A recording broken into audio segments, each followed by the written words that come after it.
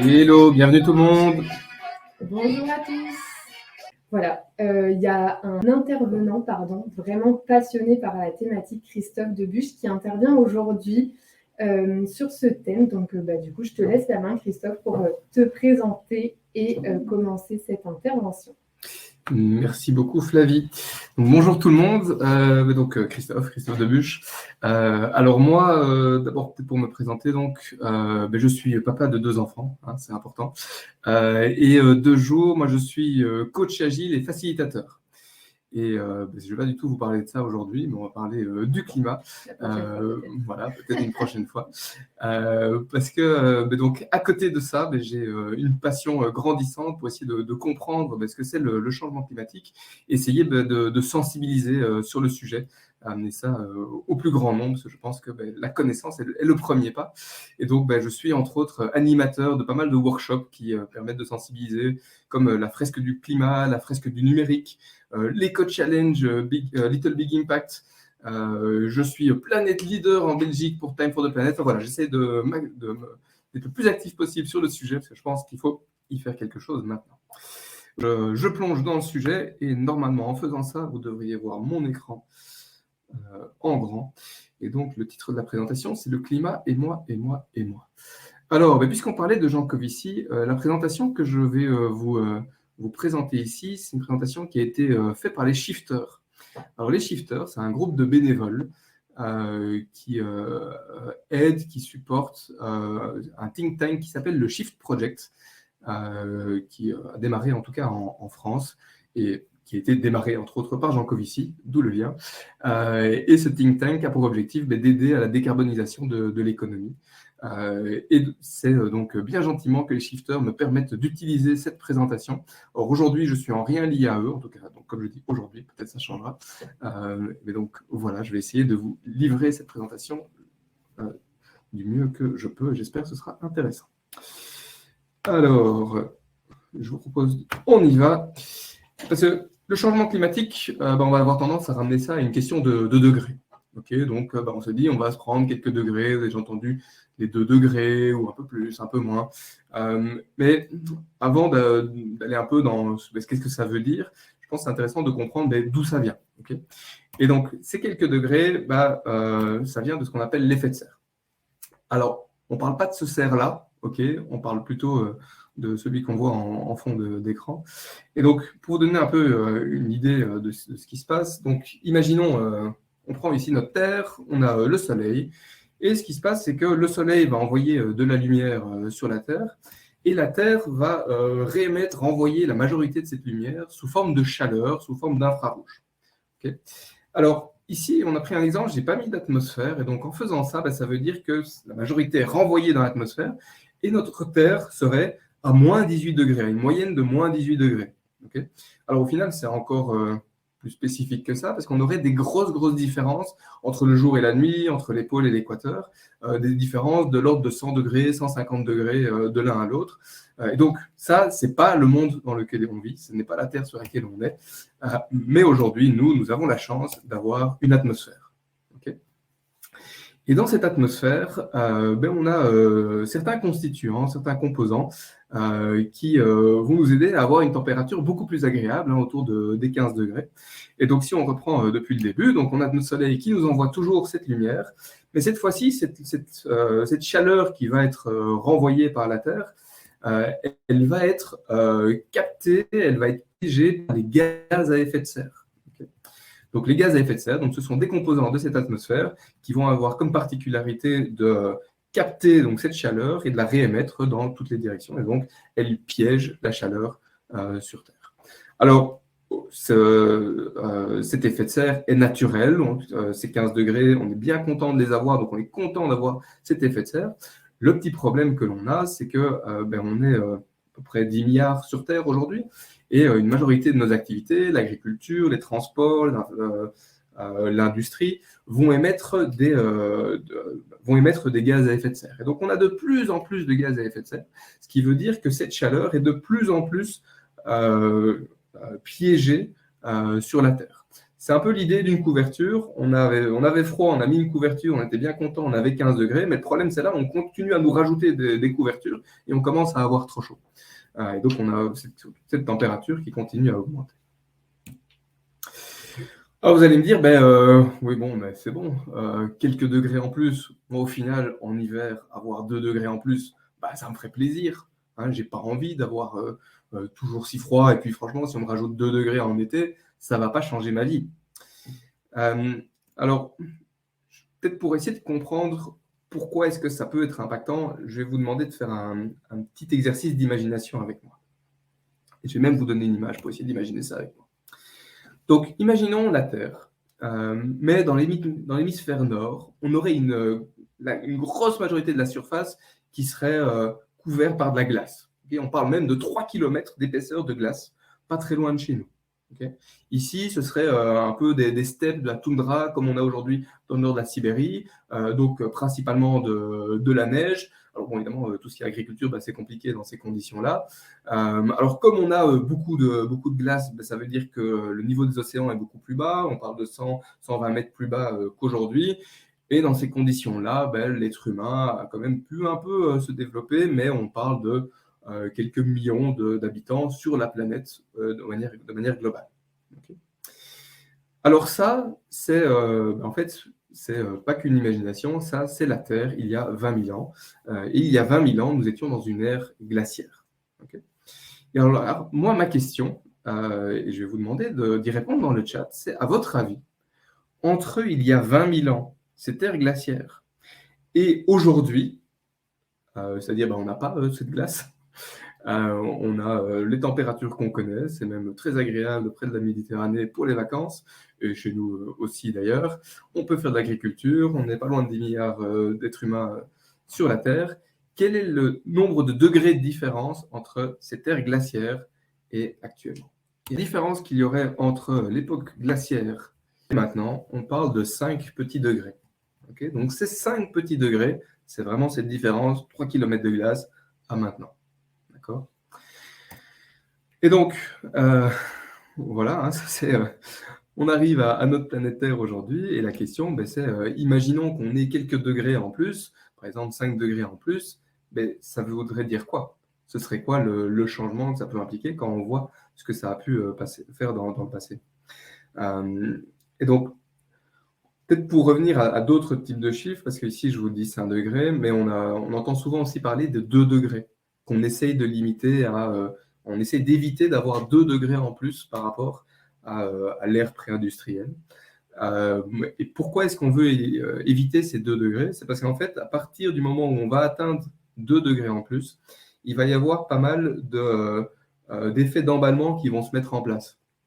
Alors, je vous en prends un que je trouve assez parlant. Je ne sais pas si vous avez déjà entendu parler du permafrost. Donc, le permafrost, c'est un sol qui est gelé en permanence. On parle quand même de 20% de la surface terrestre qui est du permafrost. À partir de 2 degrés, la fonte du permafrost va être massive, va être généralisée. Et le problème, c'est que dans ce permafrost, en gelant, il va libérer pas mal de méthane. Alors, le méthane, ça fait partie des gaz à effet de serre. Donc, on a le gaz à effet de serre, on a le CO2, on a le méthane, la vapeur d'eau, d'ailleurs, un gaz à effet de serre, et il y en a d'autres. Et le problème du méthane, c'est qu'il est 28 fois plus réchauffant que le CO2. Et donc, à partir du moment où on va atteindre ces 2 degrés en plus, tout ce permafrost va fondre, va libérer du méthane, qui va créer encore plus de gaz à effet de serre, qui va rajouter des couvertures sur la Terre, ce qui va faire qu'on a vraiment cet effet d'emballement et on ne sait pas quand ça s'arrête. Et la plupart des projections qu'on a ne savent même pas prendre ça en compte parce que c'est impossible de savoir comment ça va se passer. Donc voilà, où on en est, pourquoi est-ce qu'on essaie de limiter à 2 degrés et pourquoi est-ce que 5 degrés, on risque d'y arriver plus vite que prévu. Alors, pour essayer d'un peu savoir qu'est-ce que ça veut dire concrètement, on parle de degrés, mais ok, mais pour nous, qu'est-ce que ça veut dire? Il y a des choses qu'on sait, il y a des choses qu'on ne sait pas. Exactement le nombre de degrés qu'on va avoir, ça on ne sait pas parce que ça va dépendre beaucoup de comment l'être humain va réagir. Qu'est-ce qu'on va mettre en place, est-ce qu'on ne va pas mettre en place, comment on va continuer à fonctionner. Donc il y a pas mal d'inconnus à ce niveau-là. Et aussi, on parle de phénomènes qui sont très complexes avec beaucoup d'influence, de lien entre chacun de ces phénomènes. Et donc, on a des idées, on sait certaines choses, mais pas en détail. Et donc, on a pas mal de degrés d'incertitude. Par contre, ce que l'on sait, c'est que si on a quelques degrés en plus, et on le voit déjà aujourd'hui, on va avoir de plus en plus de sécheresse et de plus en plus de vagues de chaleur. Okay. Si on a de plus en plus de sécheresse, si on a ces vagues de chaleur, ça va avoir un impact, et de nouveau, on le voit aussi aujourd'hui, sur les rendements agricoles. Et on va avoir des baisses de rendements agricoles. Évidemment, les plantes qui vont être confrontées à des stress hydriques ou qui vont être qui vont subir des chaleurs auxquelles elles ne sont pas adaptées, évidemment, ça va en tuer une partie ou réduire leur rendement. Si cette baisse de rendement est suffisamment conséquente, ça peut avoir un impact sur l'approvisionnement. Donc, on peut avoir des ruptures d'approvisionnement, ce qui va amener des tensions sociales. Parce que si on est dans des conditions de quasi-famine, on peut comprendre qu'on ait des tensions, que ça puisse être compliqué. Et évidemment, si on a ça à certains endroits dans le monde, les populations vont vouloir bouger, ce qui va amener des mouvements migratoires. Et je vous laisse imaginer que dans un monde où déjà les conditions climatiques sont compliquées, avec en plus ces tensions sociales, ces mouvements migratoires, des problèmes de nourriture, ça va aussi amener des conflits armés. Alors, dans ce monde à plus de degrés, c'est pas tout. Une des bonnes choses, c'est que le climat sera plus doux, mais si le climat est plus doux, ça veut dire qu'on continue dans tout ce qui va être agricole, on va avoir pas mal de plantes qui vont bourgeonner beaucoup plus rapidement, sauf qu'elles vont subir des vagues de gel par la suite qui vont faire que pas mal de cultures fruitières peuvent mourir. Donc voilà, ça c'est de nouveau une des conséquences. On pourrait avoir des dommages sur nos infrastructures, d'ailleurs liés au permafrost, il y a déjà le cas à pas mal d'endroits.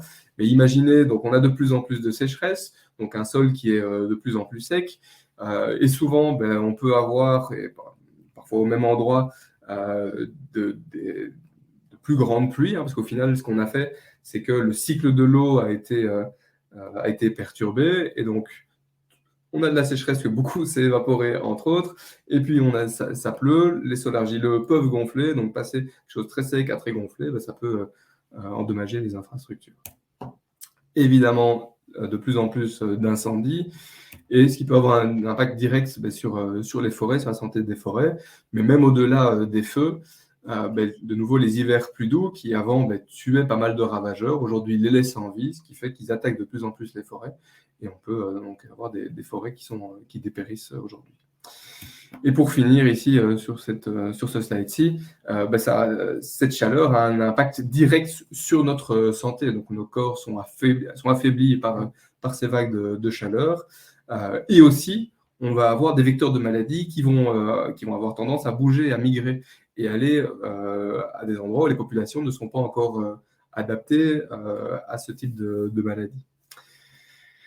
Alors, c'est pas les seuls impacts, désolé.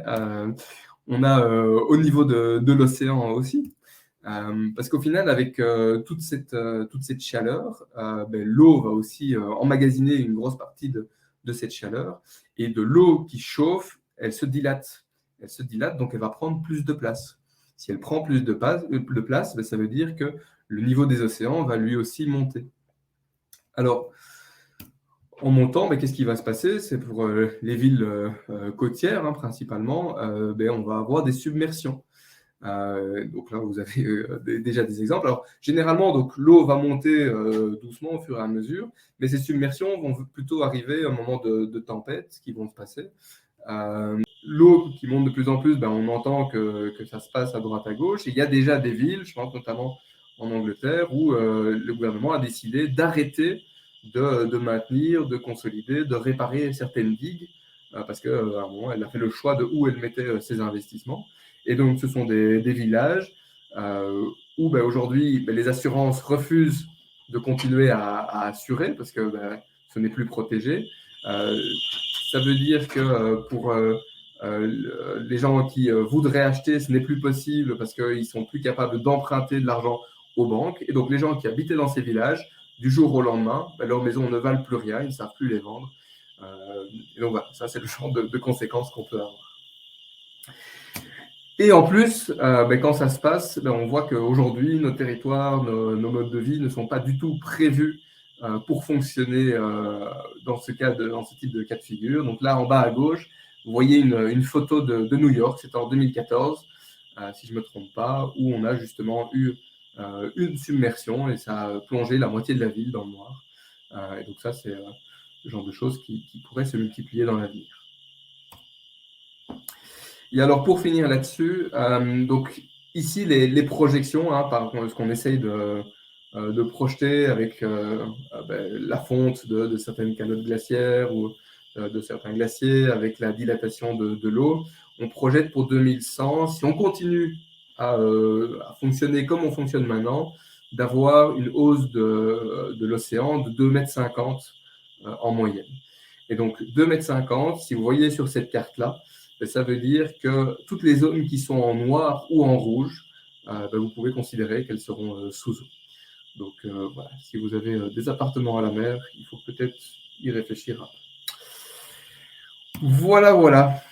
Alors, qu'est-ce qui amène à ça? On l'a vu au début, c'est l'augmentation de ces gaz à effet de serre qui vont garder cette chaleur sur la Terre et qui est liée au final à notre consommation. Et on peut voir ici sur cette courbe comment est-ce que ça a évolué. On parle vraiment depuis l'ère pré-industrielle. Et on voit qu'à partir de ce moment-là, on a commencé à utiliser de plus en plus d'énergie fossile, et notamment pour les transports, avec une accélération à partir du moment où on est passé à la voiture individuelle. Et ce stick de hockey, cette courbe exponentielle, elle continue, elle ne s'arrête pas. Alors, on a eu un petit arrêt avec la Covid, mais on est en train de redémarrer. Et donc, voilà, on met de plus en plus de gaz à effet de serre.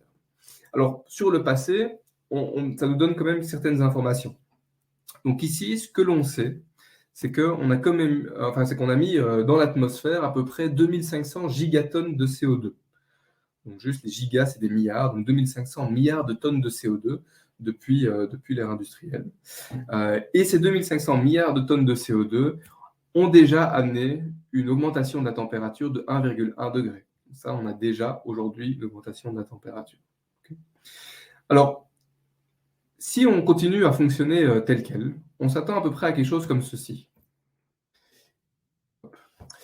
Parce qu'on va continuer à consommer de plus en plus, à émettre de plus en plus, et à un moment, on s'attend à ce que ça va stagner, notamment parce que certaines ressources, on va avoir de moins en moins de pétrole, de gaz. Donc ça, c'est à ça qu'on s'attend.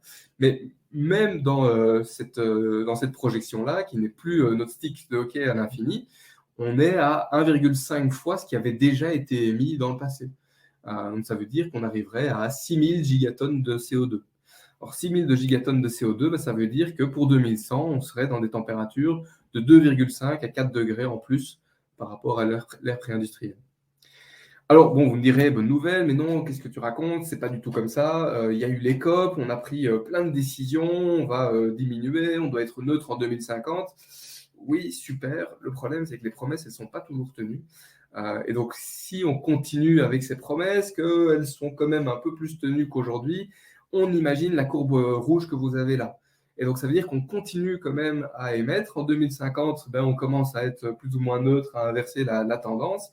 Mais si on fait ça, on est quand même au final à 5000 gigatonnes de CO2 qui se retrouveraient dans l'atmosphère, parce qu'on continue à en mettre pendant un petit temps.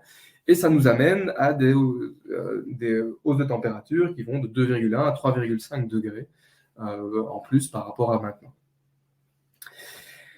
Alors, voilà, ça c'est un scénario, je ne sais pas vous, mais moi par rapport à ce que je sais des 2 degrés en plus de ce qu'on a vu juste avant, j'ai pas envie d'y être. J'ai pas envie de risquer d'avoir ce permafrost qui se dégèle et d'avoir toutes ces conséquences qui sont de plus en plus présentes dans ce qu'on va vivre.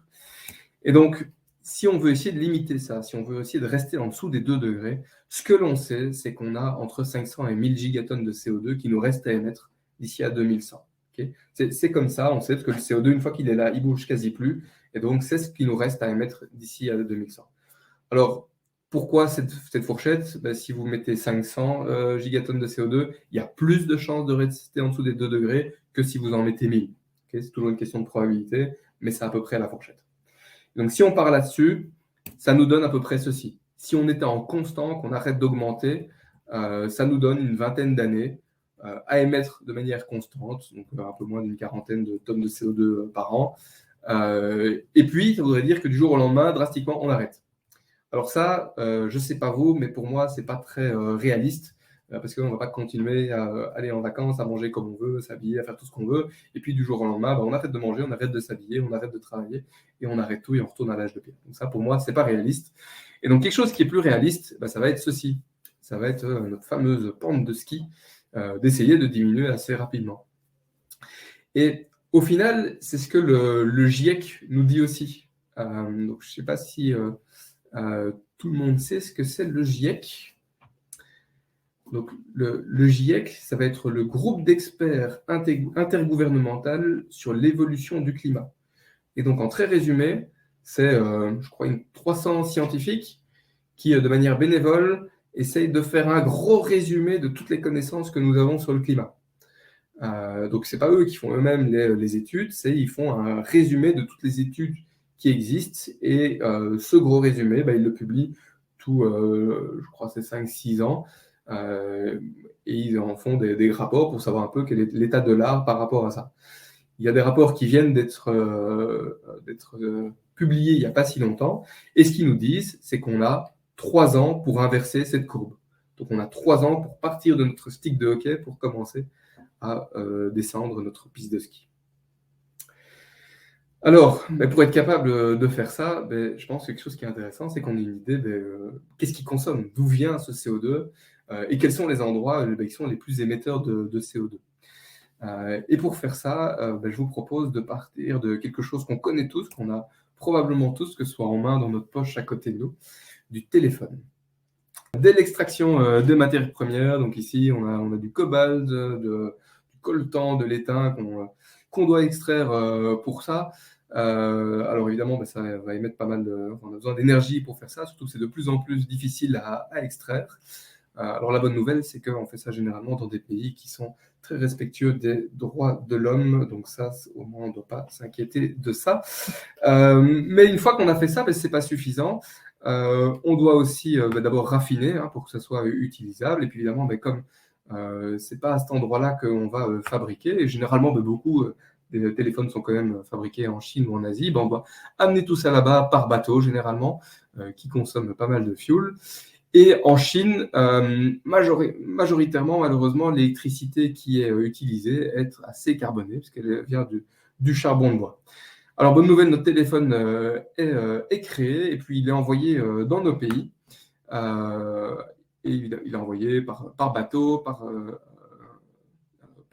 poids lourd jusqu'aux entrepôts. Ensuite, de l'entrepôt, il doit être envoyé au magasin, de nouveau par camion. Et là, on a les consommateurs qui viennent chercher, généralement en voiture, leur téléphone, repartent chez eux. Et il ne faut pas oublier qu'il y a aussi le moment où on va jeter ça à la poubelle, ou peut-être mieux même le recycler, qui sait. Et à chacune de ces étapes, on va avoir du CO2 qui va être émis, de l'énergie qui va être nécessaire et qui va émettre d'une manière ou d'une autre du CO2. Okay. Alors, petit point d'attention que je voulais amener aussi ici. Souvent, donc les pays aujourd'hui vont essayer de limiter leur empreinte carbone, et ils ont tendance à se limiter sur le carré mauve que vous voyez. Okay, donc vraiment, aux limites de la frontière, quel est le CO2 qui a été produit vraiment sur mon territoire. Alors qu'au final, en tout cas, moi je trouve que le CO2, en fait, le GSM, il n'est pas apparu comme par magie à la frontière, et donc ça a plus de sens de prendre son cycle de vie complet, et donc tout le CO2 qui a dû être nécessaire pour créer ce téléphone du début jusqu'à la fin. Donc, voilà.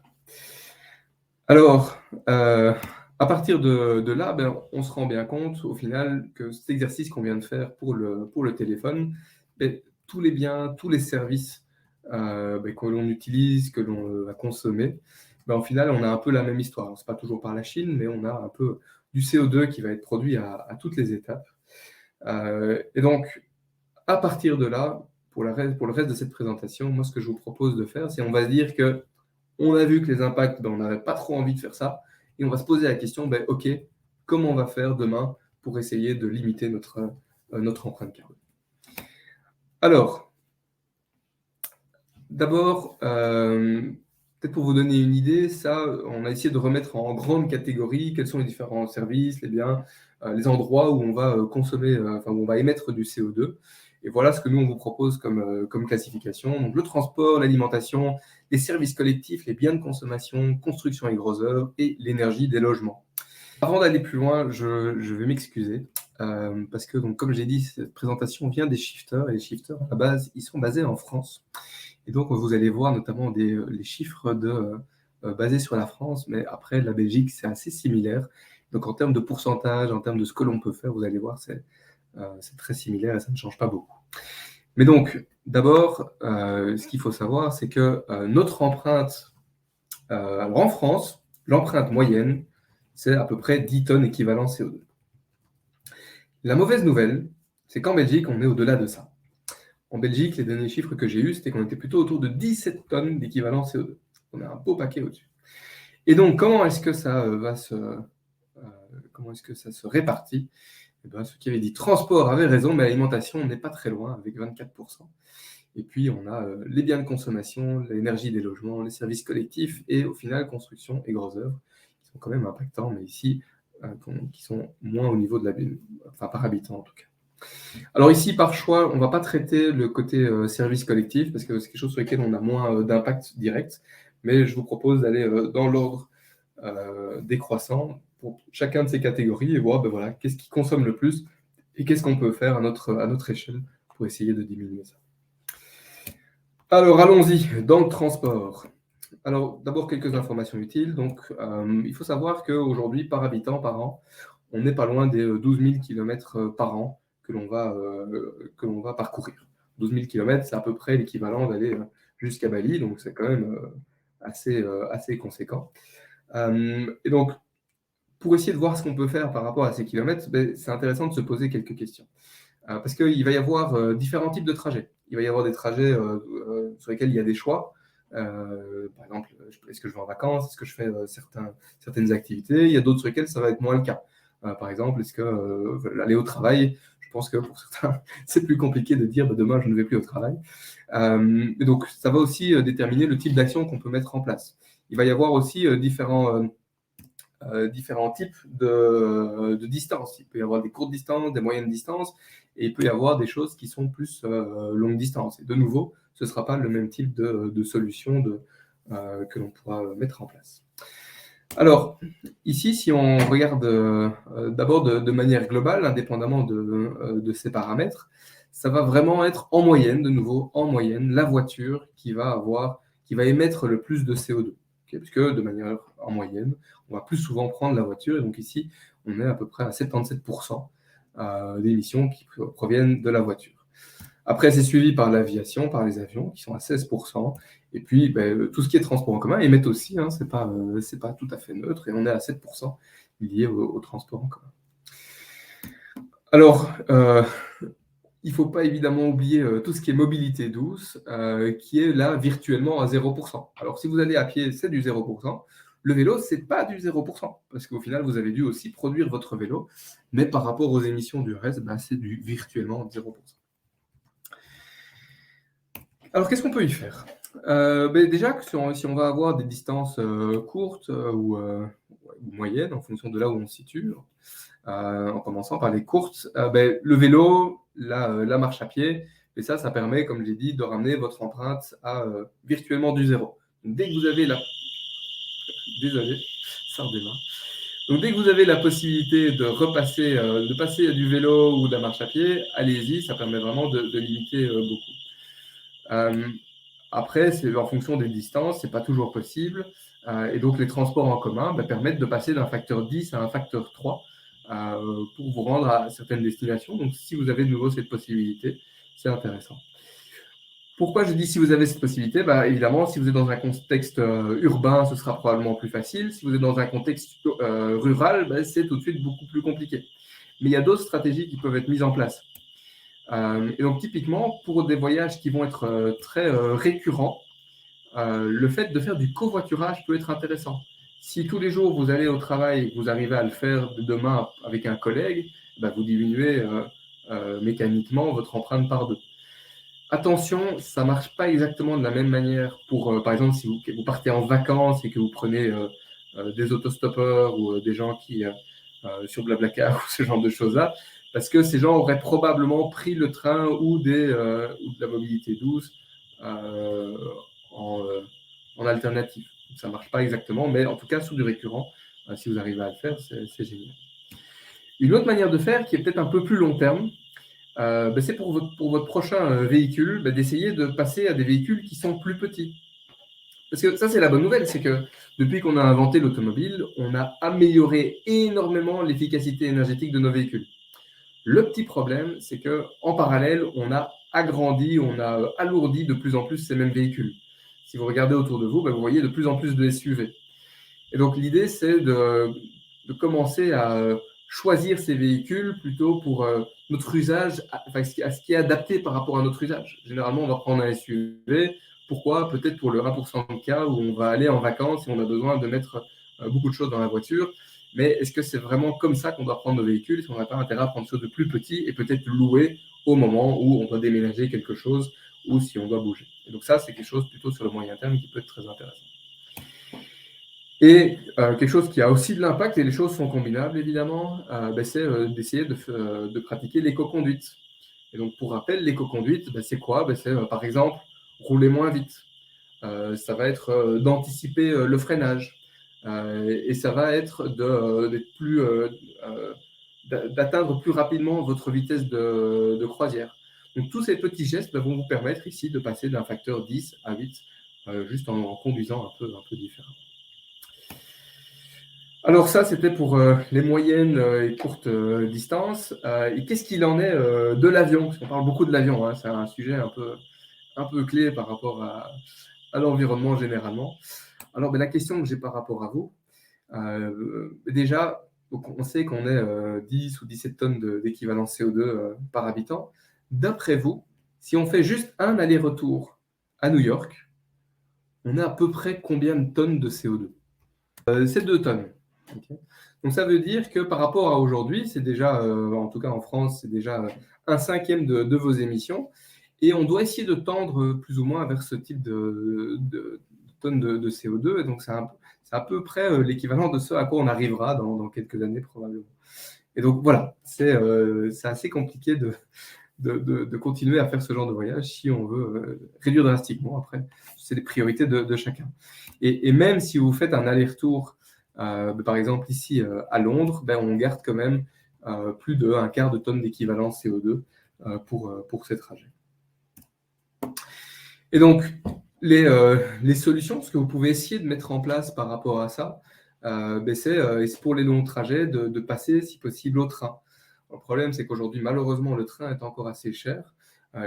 Alors, les solutions un peu moins chères, ça peut par exemple être le bus, qui vont aussi permettre de vraiment diminuer votre empreinte. Mais donc voilà, ça, c'est le genre de choses qu'on peut faire plus sur des longues distances, avec évidemment le côté réduire et aller peut-être un peu moins loin. Il y a des choses formidables à visiter, à découvrir, pas loin de chez nous au final. Et alors, si je récapitule tout ça, donc de nos 27% de transport, on avait dit au début 77% voiture, 16% avion et le reste 7%. Le top des solutions, si vous devez essayer de retenir quelque chose, c'est réduire le plus possible l'utilisation de la voiture. Pour les trajets longs, essayer de privilégier le train et adopter l'éco-conduite. Ça, c'est vraiment le top 3 si vous devez essayer de retenir quelque chose. Et ça, ça vous permet pas loin de quasi diminuer de moitié votre empreinte carbone si vous mettez ça en place sur le côté transport. Allez, je vous propose de passer à la suite et d'aller voir ce que ça veut dire l'éco-conduite pour l'alimentation. Et je vais commencer par une question. D'après vous, quel est l'aliment le plus émetteur de gaz à effet de serre et pourquoi? Attention, important, j'aimerais bien avoir le pourquoi. Bon, j'ai l'impression qu'il y a quand même beaucoup de choses qui... notre viande, et surtout la viande de bœuf, n'a pas beaucoup d'amis malheureusement. Et je suis obligé de vous donner raison. Donc ici, on a traduit ça en équivalent de kilomètres parcourus en voiture par kilo de nourriture. Et donc effectivement, la viande de bœuf, au final, la viande de ruminant, c'est 239 équivalents kilomètres. Donc on voit effectivement que c'est largement devant tous les autres types de viande. Et notre pauvre petite vache, comment ça se fait? Pourquoi est-ce qu'elle émet autant? Et alors,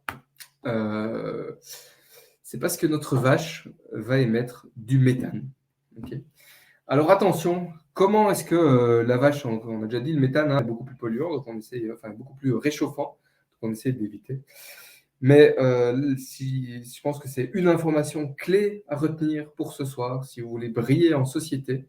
Le méthane que émet la vache, ce n'est pas en faisant des paies, mais c'est en faisant des rots. Voilà. Je pense que c'est clé, parce que souvent on se trompe, mais c'est principalement en faisant des rots. Donc voilà, s'il y a une chose à retenir, ce sera ça. Mais évidemment, ce n'est pas tout, parce que pour notre vache, déjà, il faut qu'on puisse faire de l'agriculture, parce que cette vache, on doit déjà la mettre quelque part, et en plus, on doit la nourrir.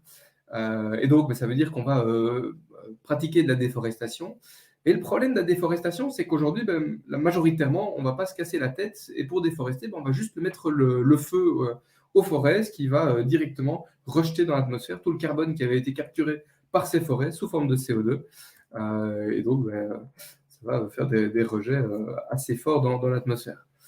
Ce qui nous crée donc cette place, non seulement pour notre bétail, mais aussi, comme ça avait été dit dans le chat, pour la nourriture qui va nourrir la nourriture.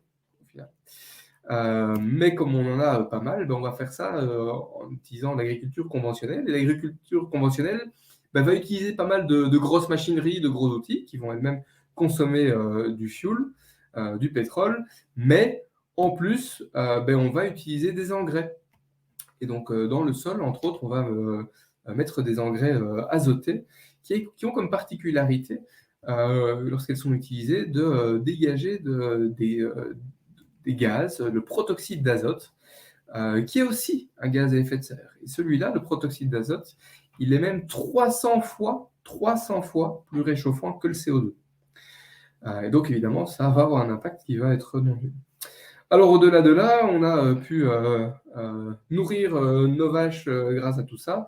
Au final, on va devoir congeler tout ça. Donc, il va y avoir la logistique du transport. Et au final, on va mettre tout ça dans des contenants, souvent du plastique, pour essayer de vendre ça dans les magasins. Peut-être même ça va être utilisé pour faire du lait ou du fromage. En fait, à toutes ces étapes-là, on a à chaque fois des gaz à effet de serre, du CO2, du protoxyde d'azote, du méthane qui vont être produits. Et donc, c'est pour ça que notre pauvre vache, au final, va être une des nourritures les plus émettrices de gaz à effet de serre. Alors, qu'est-ce qu'on peut faire par rapport à ça? Déjà, essayer au maximum de diminuer notre viande. Alors, je ne vous demande pas de devenir végétarien du jour au lendemain, mais déjà de diminuer, parce que ça va nous permettre déjà d'avoir ce méthane qui ne sera pas produit et d'avoir tout le CO2 lié à ces parcelles pour nourrir la nourriture qui ne seront pas nécessaires. On va déjà gagner ça. Alors, quelque chose par contre, c'est que ça va être fait sous serre, et donc ça, on va avoir aussi cet aspect que ça demande de l'énergie, donc on va avoir une nouvelle source qui va être ce CO2-là. Et donc, qu'est-ce qu'on peut faire par rapport à ça? C'est essayer d'avoir des légumes qui sont de saison, qui sont locaux et qui sont en vrac, et comme ça, ça va nous permettre de diminuer au final pas mal des aspects qui se trouvent aujourd'hui dans cette chaîne pour acheter que ce soit nos légumes ou notre viande. Alors, une des conditions qui est un peu liée à ça, c'est si on veut réussir à manger mieux au final, ce qui va aussi être bon pour notre santé. Donc ça, c'est le petit bonus. C'est que c'est important de se remettre au fourneau. Donc ça va être de se remettre à cuisiner nous-mêmes, parce que évidemment, il y a le côté très pratique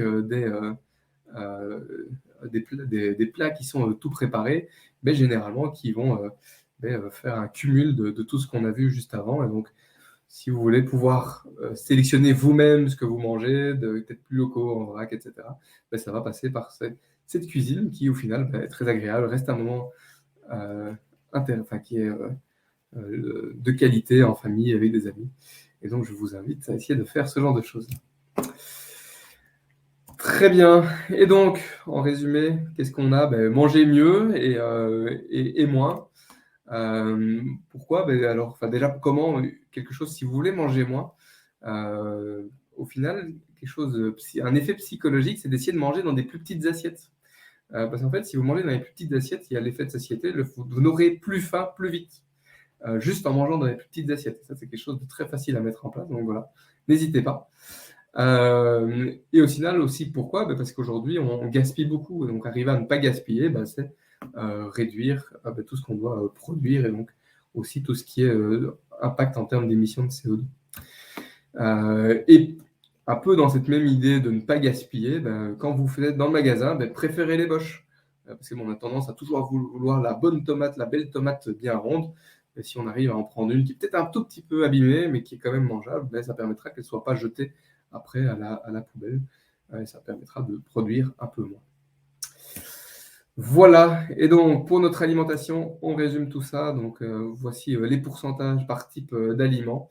Et si on met notre top 3 en place, donc essayer de manger moins de produits d'origine animale, de cuisiner de saison locale et de manger moins, donc en tout cas de gaspiller moins, et de nouveau, on arrive à quand même pas mal diminuer notre impact, et de nouveau, on n'est pas loin de la moitié des gaz à effet de serre en moins, juste en changeant notre manière de se nourrir.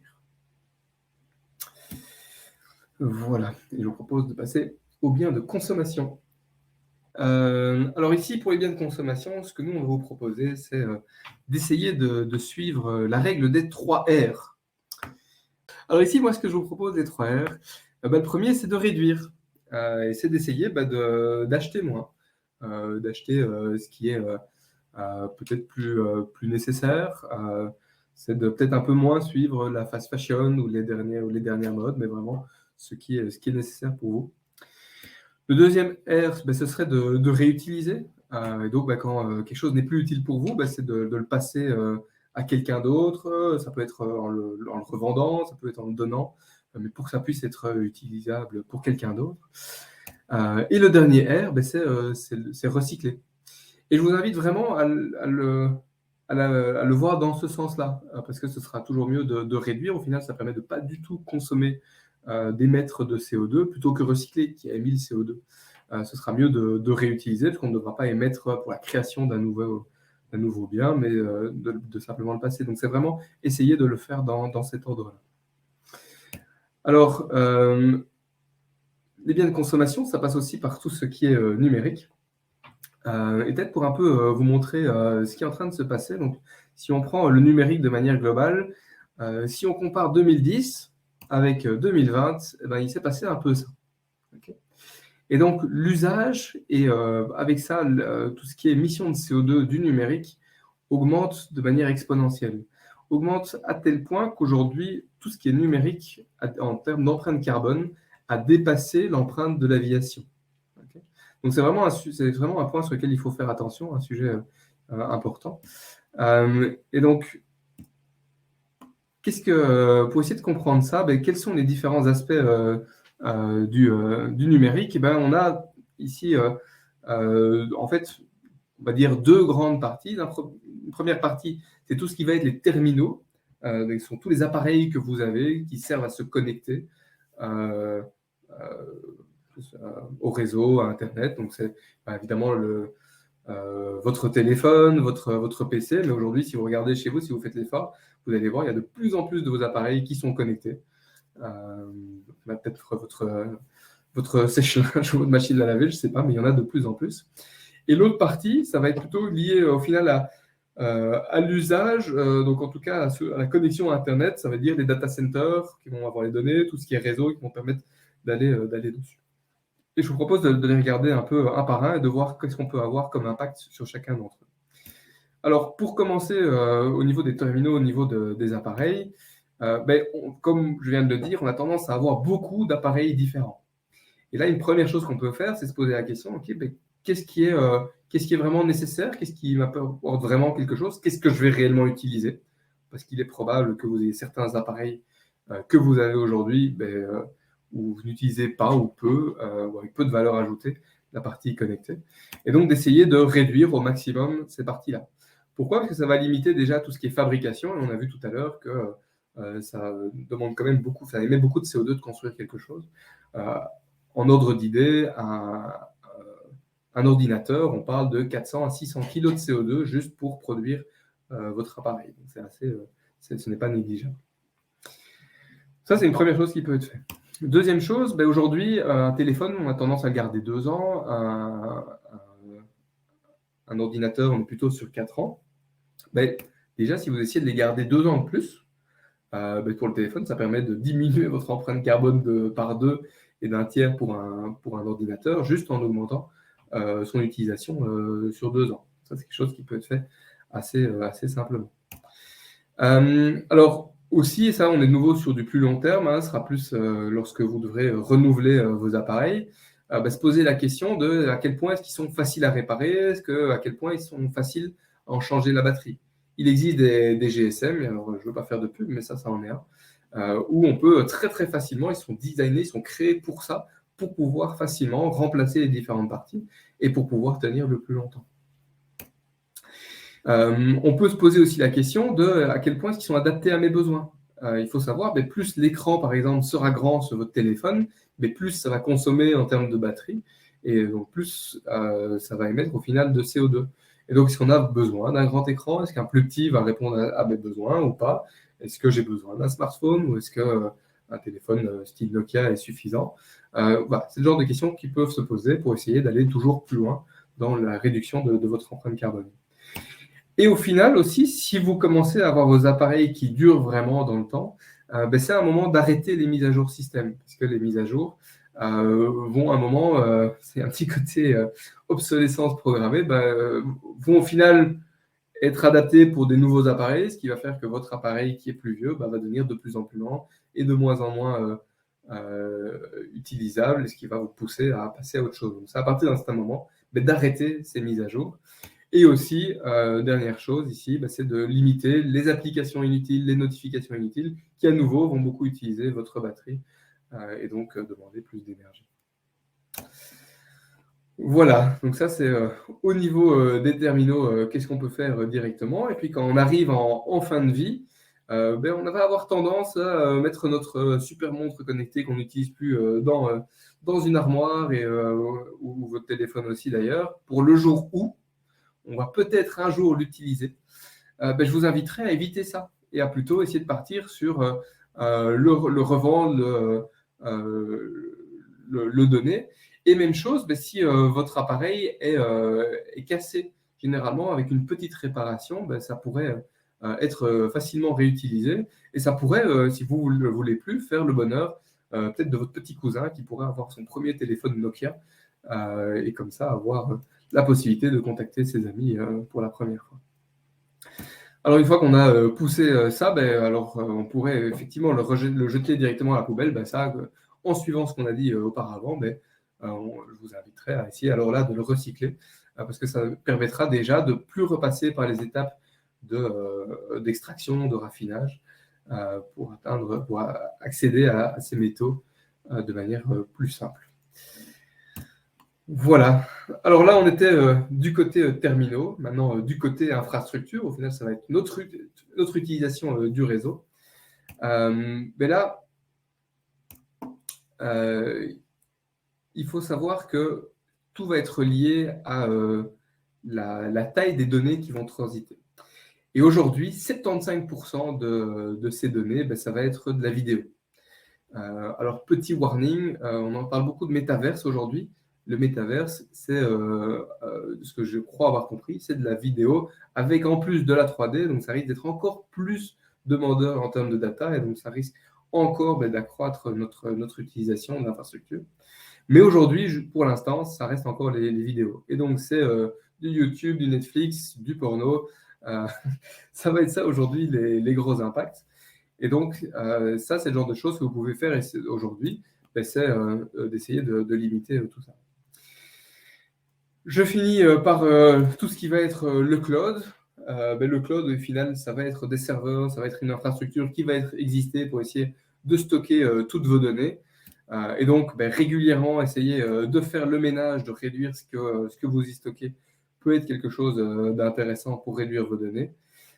Et évidemment, si vous passez à moins de services de cloud, ça aura généralement le même type d'impact et donc diminuer aussi les services que vous utilisez. Et donc, récapitulatif de tout ça, sur nos 16% ici de biens de consommation, on voit une grosse partie du numérique quand même, l'habillement, qui a un impact non négligeable, et puis on passe sur le reste. Et notre solution, on l'avait annoncé dès le début, c'est essayer d'acheter moins, de meilleure qualité et pour plus longtemps. C'est acheter ou vendre d'occasion, c'est recycler et essayer de le faire dans cet ordre-là, dans l'ordre où je vous ai à chaque fois présenté les choses. Et ça pourrait réduire à nouveau ici un peu, on va dire un tiers par rapport à ce que l'on consomme aujourd'hui. Cette fois-ci, on va aller sur les logements. Alors pour les logements, ici, on va se concentrer uniquement sur, au final, l'énergie liée au logement même, donc pas la construction. Donc ça, on a décidé de ne pas prendre dans cette présentation ici directement. C'est effectivement le chauffage. Et alors là, le truc absolument incroyable, si vous voulez diminuer votre facture de chauffage, c'est une technologie complètement dingue qui s'appelle le pull. Et donc ça, c'est vraiment ce que je vous conseille, c'est mettre un pull, voire plusieurs pulls. Je vous avoue, cet hiver, à un moment, j'étais à 3 pulls. Ma femme me détestait, mais on l'a fait quand même. Et donc ça marche très très bien. Et pourquoi? Parce que diminuer en fait de 1 degré, ça peut amener jusqu'à moins 10% de consommation de chauffage. Donc c'est pas négligeable, surtout avec le prix du gaz actuellement. Donc n'hésitez pas, c'est le pull. Après, des solutions qui sont peut-être un peu plus moyen terme, c'est quand vous changez de logement, c'est d'aller vers quelque chose qui va être plus performant énergétiquement. Donc, c'est quelque chose qui peut effectivement être intéressant. Ou passer si vous êtes aujourd'hui à une maison, c'est de passer à un appartement. Pourquoi? Parce qu'ici, on va vraiment diminuer jusqu'à 2 fois moins votre CO2 parce qu'on a mécaniquement presque, on a plus de parois qui sont au contact de l'air dans le premier cas et beaucoup moins au niveau des appartements. Et puis, ça, c'est aussi plus long terme et aussi beaucoup plus onéreux. Ça va être tout ce qui va être rénovation des bâtiments, mais qui a un impact assez fort. Donc, si vous avez cette possibilité-là, c'est de faire ça. Et désolé, vous voyez, j'accélère. Mais donc, on voit qu'avec aujourd'hui, en appliquant ces solutions-là, donc ce pull, choisir des meilleurs logements ou faire de la rénovation énergétique, en fonction de l'effort qu'on peut mettre, c'est soit un petit changement, mais avec la rénovation énergétique, on peut même aller quasi jusqu'à la moitié de ces émissions en moins. Voilà, je pense qu'on a en fait fait le tour et vous voyez qu'avec tout ça, on arrive quand même à un tiers de réduction de notre empreinte et au final, pour certaines choses qui peuvent être faites assez facilement. Alors un tiers, quelque part, c'est déjà vraiment pas mal. Si on arrive à faire ça, c'est déjà énormément. Mais vous me direz, oui, mais par rapport à tout ce qu'on doit faire, c'est peut-être pas suffisant. Et vous avez raison, mais pas tout à fait.